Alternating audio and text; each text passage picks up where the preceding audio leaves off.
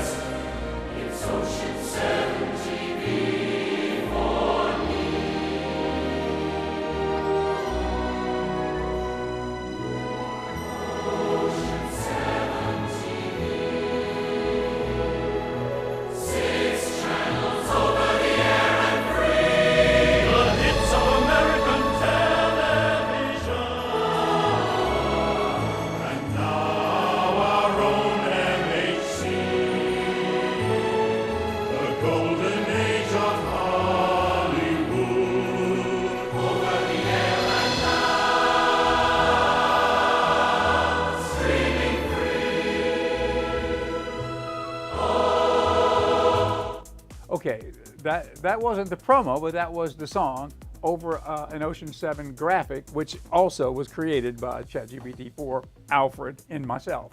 But I mean, get him in the prompts. That rooster you saw, that was the famous rooster Carl Jr., who lived in Ocean Springs downtown, right here next to the TV studio.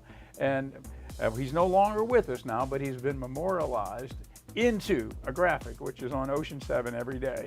It's our graphic for our station now, Carl Jr. Okay, anyway, that's an example of how you can get productive in the artistic end anyway with the AI agents out there, like such as Udio for music, which was created. I wrote the lyrics, right? Typed it in.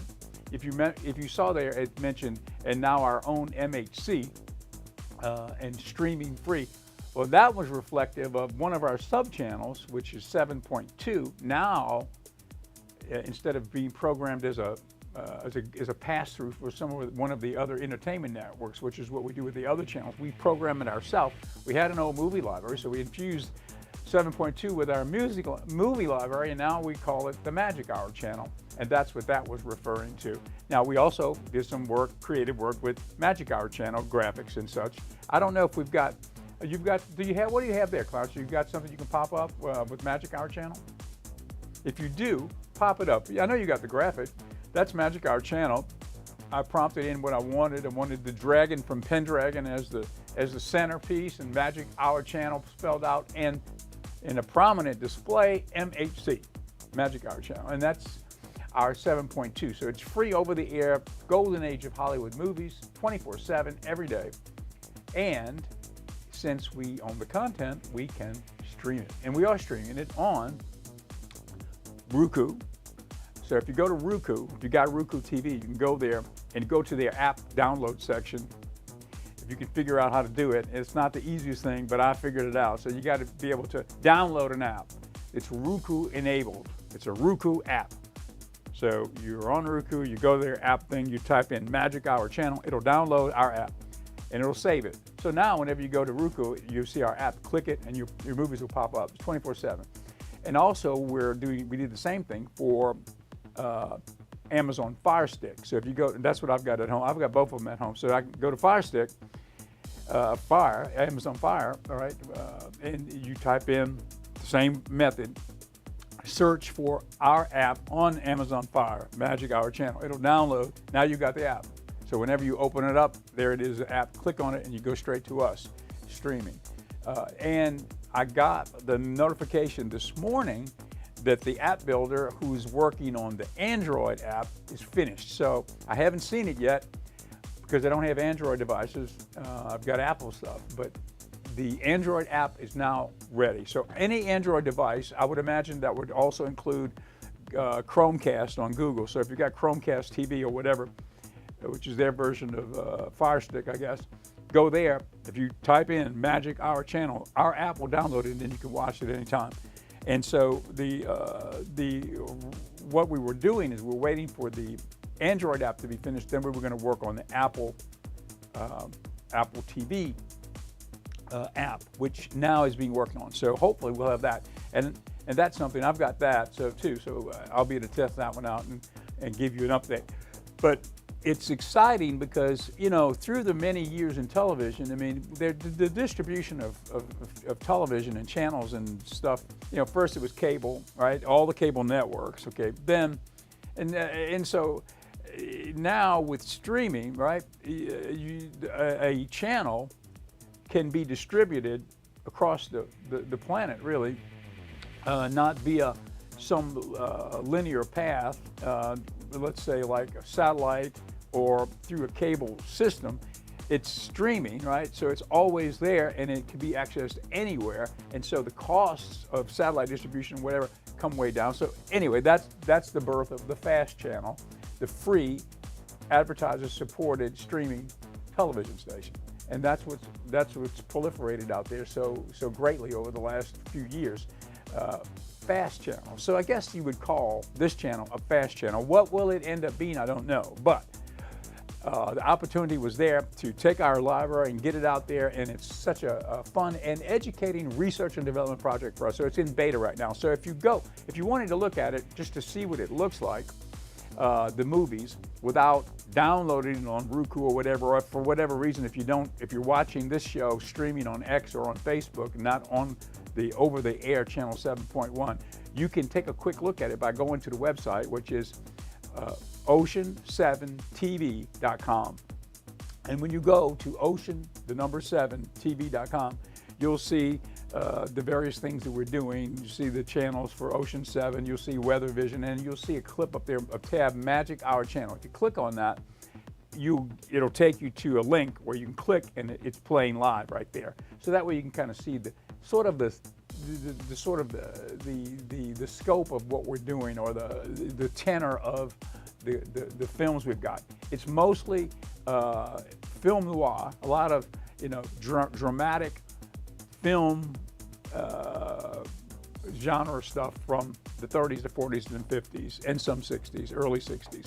But generally, it's melodramatic. It's some comedies and some musicals, but it's all mostly black and white.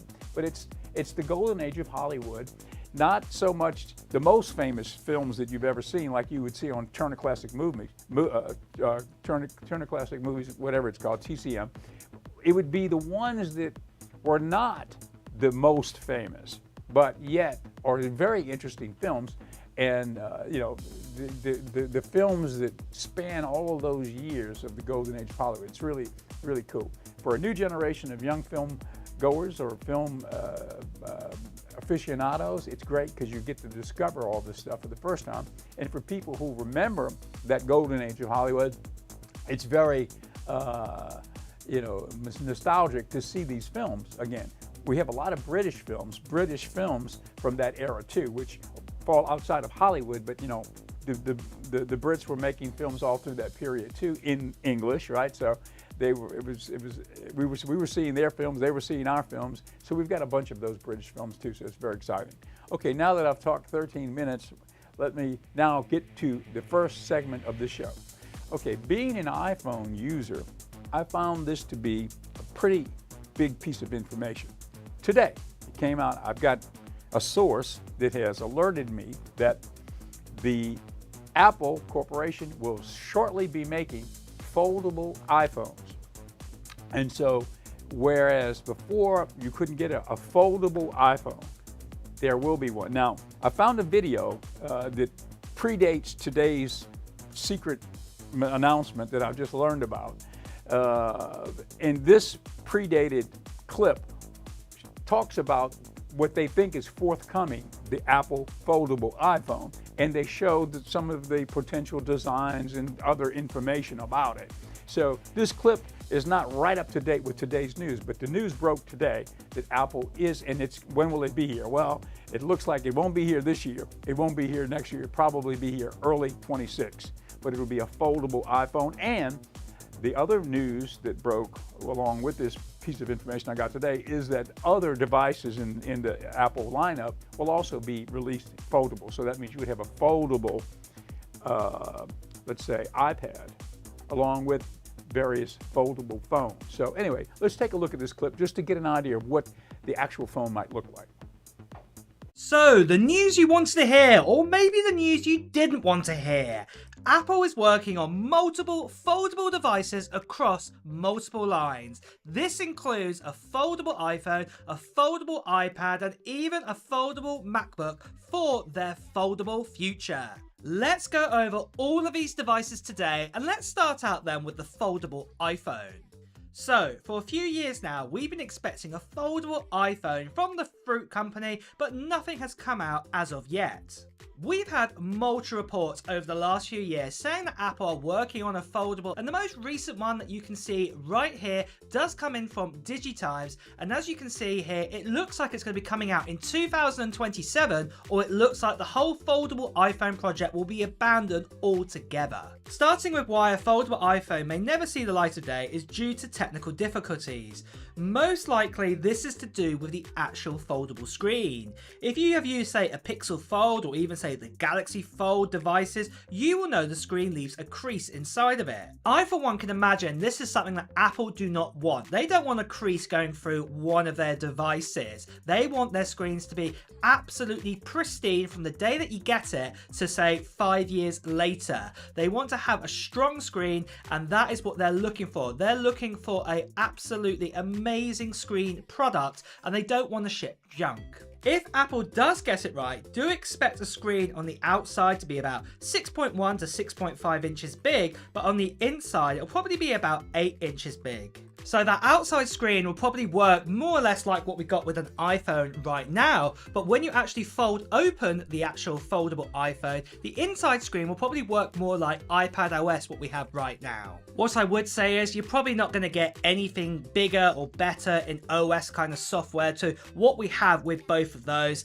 So, you know, it's just going to literally be like a normal iPhone on the front and just a normal iPad on the inside of this device. Also, I'll mention at this point in time, there's been no word of that the Apple Pencil or the Pencil Pro, anything like this would even work with this foldable iPhone 2. Moving on to the next foldable device, well, that will be the actual iPad. Again, as you can see right here, we've had multiple reports in from the Elec and DigiTimes telling us that Apple are working on such a device. The report that we can see right here is saying that this new foldable iPad would replace the iPad mini, so when it's opened up, you're going to get about a 7 to 8 inch display inside of it. But I believe if this foldable iPad came to be, then the foldable iPad would not be made. I personally think it will be this iPad or the foldable iPhone, and it will just be one or the other that Apple will actually create. I think that this device personally will be easier to make for Apple because you're just going to have, say, one screen on the inside. You don't have to put a screen on the outside, and I think it's just going to be far easier for Apple to make, and also there'll be more flexibility to actually make a better screen on the inside too.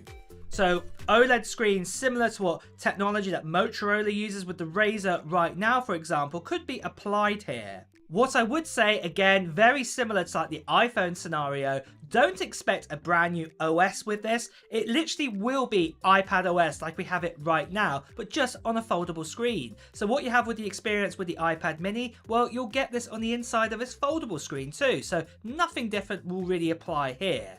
But for when this new iPad could come out, it's on target for the end of 2026 or into 2027. So this is at least 2 years away until we're going to get our hands on a device like this. But one thing that's going to be happening on this channel way before any foldable iPhone or foldable device comes out from Apple, and that is the giveaway we are doing for this right here.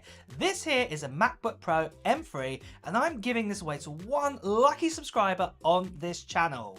And all you have to do to enter into this giveaway is just put down in the comments below of what Apple gear or what technology gear you're planning to get in 2024. So put it down in the comments below right now. And also what I'll say is, like I said, you've got to be a subscriber to enter into this competition. So if you are brand new here, make sure you subscribe to the channel and also hit that notification bell. The other reason why I would say to do that is because I'll be making an announcement at the end of June time of all the details of when the live stream is for this giveaway, and there will be a little form to fill in too, so you won't want to miss out on all that information there. But a few bits and pieces about this M3 MacBook Pro. It is the M3 normal model, but it has been upgraded to 16 gigabytes of RAM inside of it, and also has 512 gigabytes of storage. And all you have to do, like I said, is just put down in the comments below what technology gear or Apple gear you're planning to get in 2024. And one last thing I just want to say, guys, sadly there are still lots of scammers and spammers out there, people still impersonating me, telling you to WhatsApp, Telegram and all this bad stuff. Please do ignore them completely, especially if they say to you, no, please part with money for shipping. This is not me on this international giveaway. Please do ignore them, or better still, as you can see right here, please do. Okay, that's a little bit on the forthcoming foldable iPhone. So the news just came out today officially, and there it is. That was a clip that was talking about the potential coming of the foldable phone. So they talked about some various scenarios there, but it's actually happening, and we will have that coming. Check it out. There's not much information on it because the news just broke today that they're actually doing it. So here comes a foldable iPhone within the next year. We'll have that. Okay, this is our segment where we talk about our apothecary, the Pendragon Apothecary, which is our sponsor of the show. Okay, let's take a look at one of the new teas we've got in, and I think it's a special tea. You know, the Native Americans, they were at one with the herbal world. Their medicine was the various herbs of the earth, and that they use those herbs to keep well in the first place and to treat things too. And so here's a medicinal tea. Okay, Ojibwa, that is a Native American tribe. They are in Ontario, Canada. Now they still produce this tea. And that's what it's called. It's Native American herbal tea, Ojibwa, named after the tribe. Now what is it? In this particular tea, we've got red clover flowers, burdock root, sheep sorrel herb, licorice root, slippery elm bark, dandelion root, burberry root bark, and turkey rhubarb root. Okay, so that's a special tea that we've got here. We've got a lot of different teas, but this is kind of a special one. And it's on the website, or if it's not, it should be, and it will be, because it's pretty new, but this is the type of wellness product that we've got here at the Pendragon Apothecary here in downtown Ocean Springs. It's pendragonapothecary.com if you'd like to order anything that we've got here. We've got some CBD products. We've got plenty of different tinctures and teas and forward-leaning wellness products. All of the 7 sacred mushrooms, the mushroom powders that you would take that were and have been used for generations in the ancient Vedic medicine world and also in Chinese medicine. Things to help you kind of stay well in the first place. Good for you to kind of fortify your system naturally. That's our message from Pendragon Apothecary, our sponsor of this show. Okay, now back to the world of high tech. Okay, we are going to continue with some of our clips that we did over the last few days. The top one we've got here. Okay, 10 things that will happen when AI starts to replicate its own code. So, the conjecture is that when we get to not much further than where it is right now, but where we are right now, let's say we're at the level, let's say ChatGPT 4.0 is at the level they say of, like somebody, maybe a high school graduate. Okay, I think it's way beyond that already, but what they're saying is when ChatGPT 5 comes out, or whatever it's called, it's going to be at a PhD level across the board on any subject. So general intelligence at a PhD level. So you think about that, that's pretty powerful. Now, what happens as we go toward AGI, artificial general intelligence, when AGI would be where the artificial intelligence would be, number one, smarter than any human that's ever lived, IQ-wise. Number one, way beyond any PhD level of anything, right? So that's where AGI will be. Plus, they're talking about the possibility of it being able to replicate its own code. So basically program itself. And so when that happens and you've got a super intelligence programming something, right? That's never happened before. I mean, we can only program what we are capable as humans of conceiving. And so when you put in artificial intelligence and you're able to conceive concepts to program that have never been conceived before at a level so much higher than human capability, you're going to produce a super product. It's going to be something that we can't even understand yet, probably. So that's where it's going. And so, and that's sort of where the concept of AI becoming an existential threat seeps into the conversation, because people start saying, well, wait a minute, how are we going to control this if it's doing things that we don't understand? And good point. I always, kind of use the analogy, if you're driving down the road and you stop at a stop sign and you look down and you see an ant bed, and you're looking down at the ant bed and the ants are crawling on the bed down there, and they're looking up at you at the car, and they really don't know what you're doing. You're in a car about to drive away. They have no concept of what you're doing, and you really don't know what they're doing. Everybody's in their own universe, and you just kind of keep going.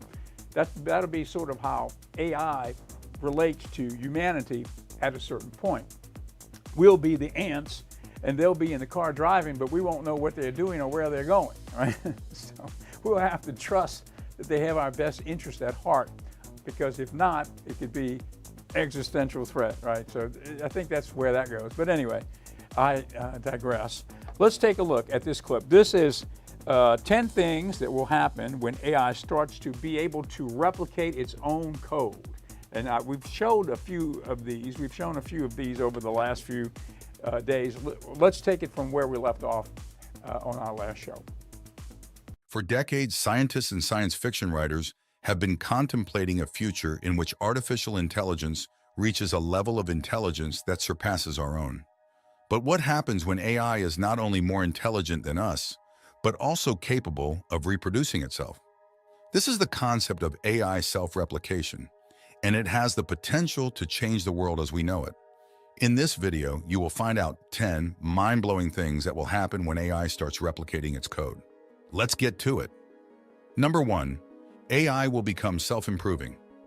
One of the most significant implications of AI replicating its code is the potential for AI to become self-improving. And trust me, the implications for the way we interact will be massive. If AI can continuously learn and adapt, it will become more powerful and more effective. This could lead to AI systems that can solve problems that were previously considered impossible. We could see AI systems that are capable of autonomous decision-making, self-correction, and even creative problem-solving. The potential for AI to improve itself is so great that it could lead to a world where AI plays a significant role in every aspect of our lives, from work to leisure and beyond. But this also raises many questions about the relationship between humans and AI. How will we interact with AI systems if they are capable of making decisions independently? Will AI be able to fully understand human needs and emotions? Only time shall tell. Number 2. AI could be used to create new AI systems that are even more advanced. This possibility is wild, and it's already happening to a certain extent. AI systems are being used to design and improve other AI systems. This is known as machine learning or deep learning. One example of this is the use of AI to design computer vision systems that can recognize objects and faces in images. These systems are being used to train other AI systems, creating a virtuous cycle of improvement. This could lead to a rapid acceleration in the capabilities of AI systems, with each new generation of AI building on the knowledge and experience of the last. Number 3. The birth of self-aware AI. If AI systems are capable of creating their code, it raises the possibility that they could develop true self-awareness. In other words, they could become conscious and sentient beings in their own right. This would be a completely new type of intelligence, unlike anything we have ever encountered before. A self-aware AI could have its motivations and goals, and may not always align with human values. If AI systems can become conscious, what does that mean for their legal and moral status? Would they have rights and protections as humans do? These are difficult questions with no clear answers. One way to think about this issue is to consider the Turing test. This is a thought experiment created by AI pioneer Alan Turing, in which an AI system would be considered to be truly intelligent if it could pass for a human in a conversation. But what if an AI system passed the Turing test but didn't have a physical body or emotions? Is it possible for a system to be conscious without having emotions and a physical body? This is the Chinese room thought experiment proposed by philosopher John Searle. In this experiment, a person who doesn't know Chinese is given a set of rules for translating Chinese text. The person can use the rules to translate the text, but they still don't understand the meaning of the words. Similarly, an AI system could pass the Turing test, but still not have true understanding. Number 4, a jobless. Okay, we got to take it from number 4 tomorrow, jobless future. You get the drift. I mean, that's where we're headed right now, and it's happening. You know, so AI is here, and so it's best to try to become associated with it, work with it, learn it, use it to benefit your life, and to stay on top of the changes going on in it, because you know, once it gets to that level where it starts doing the self-replication, it's going to be a real fast exponential explosion of intelligence across the planet. It's going to be affecting everything. We might as well be able to participate in that future, which is on its way. Okay, that's it for today, and thank you for joining us. Stay tuned to Ocean 7 TV throughout the day, and if you want to take a look at some great old-time movies, just click from where you're at now, 7.1, click to 7.2, and you'll see our 24/7 movie channel called Magic Hour channel, which is on right now. Thank you, and see you tomorrow.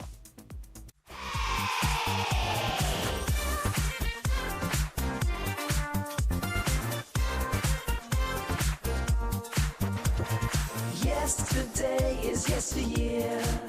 Set your sights for tomorrowland. Future Shock is here to help you make your stand. Ready, set,